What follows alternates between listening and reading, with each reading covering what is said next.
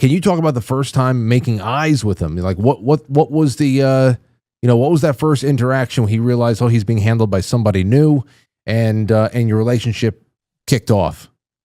Yeah, I can't remember the exact year it was, because I was in the adjustment center from 87, late 86, all the way till I left in 92.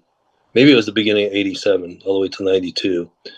And can't remember exactly what year he had came in there, but he was in there for a good 3 or 4 years while I was there. And I remember running showers, and G-Rod had told me that Richard Romero Charles Manson was down on the left side, the famed row. And while we're running showers, he decided he wouldn't take very many showers, but he decided he wanted to take a shower one day. So I had him turn around through the food. You'd reach through the food port and put on the handcuffs, and then yell down at the end of the tier for them to open the door. And they opened the door, and he stepped out and kind of like, he didn't lunge at me, but I think he was trying to startle me. And then he looks at me and he goes, "Monahan." And I said, "Yes." He said, "That's Irish." He goes, "You're Irish, so come on, Irish, let's go." And then he started walking down towards the shower, and got him in the shower and handcuffed him. And he took, I don't even know if he took a shower because he still looked the same when he came out. But that was the first time I ever dealt with or talked to him. And he was running showers. And that's when he gave you your name, Irish. Yep. That's it. So before you left there, I'd love to get a little bit deeper into these damn monitors, man. I'll tell you.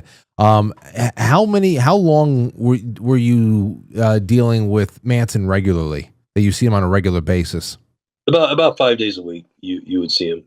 For how many years? Oh, for at least 3 or 4 years. Oh, so you got, damn, there must have been some pretty, the mano a mano moments. Yeah. And at some point after I had left, they shipped him off to Corcoran after he left San Quentin. And he had been all over. He's been to a bunch of was in different prisons throughout California during his time. He was in Vacaville for a while, Corcoran, San Quentin. I don't know if he was ever at Folsom or not. I can't remember. What were those wild-eyed public persona of his versus private interactions? What do you think it was at that point? He knows he's never getting out of prison. So is it really just that all he's got left is maintaining his brand or something like that? Because I don't know. Is there a different? First of all, is there a difference between his television persona that it's all over the place and confusing and whatnot and gruff, and then what you knew 5 days a week for 3 or 4 years? He definitely put on a show for the cameras, but he was still kind of strange. He talked, I don't know how to say it any better, but he talked like a hippie, like a real heavy old 70s hippie. A lot of you dig and ooga booga and hey man and Irish, and he would talk a lot like that when you're talking to him, so it was easy to get confused with what he's talking about. And he would start talking about the world and what the world needs, and kind of confuse you a little bit.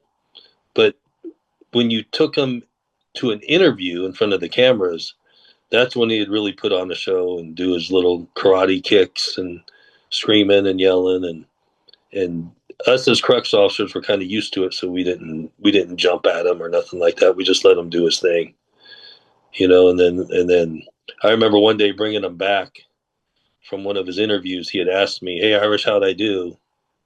Like, what do you mean, Charlie? He said, "Well, how'd I do? You think I gave them what they wanted? They always want the show of Charles Manson." I said, "Yeah, I think you did good." I don't know. I said, "I don't know if I could do that though, because I worry about things like that, putting on a show for people and stuff." And he goes, "Oh, don't worry about it, Irish. You live one time. Just live your life and be happy." I'm like, "Oh, okay." And I never really thought of it much till lately, where I guess that was life advice from Charles Manson. Life advice. So he gave life advice. And I was going to, as you're saying that, I said, what other life advice do you remember that he gave you? But I mean, that's That's some good life advice right there. You only live once, and go out and. But what about the swastikas? He loved his swastikas, man. Um, did was that part of the show too? Did he seem like that? Well, to be the hippie, but also be the National Socialist. It doesn't seem like it jives. I think that was just him, and how the world's evolved now. I would consider that he might not even knew it then, but that was his brand. Everybody's trying to make a brand nowadays, and that was the brand of Charles Manson. He would put it in all his signatures, and he had it on his forehead, obviously. And if you saw his mail that he would write, he would have it not only in his signature, but a lot of the writing that he would have swastikas in it. Okay. Oh yeah. Yeah. Well, we're going to see the some of the artifacts that he gave you that you sent me the pictures of.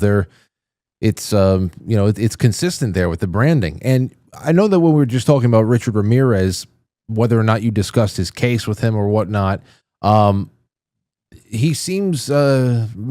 seems to be much different than Richard Ramirez. Just from what you're saying here. So I know that you're in the position at the time. Yours is to maintain orderliness in this prison environment, but you're also in a unique position to hear prisoners relitigate their case all over, time and time again. So over the time that you were with Manson in particular, did he ever make you second guess his personal responsibility in the murders?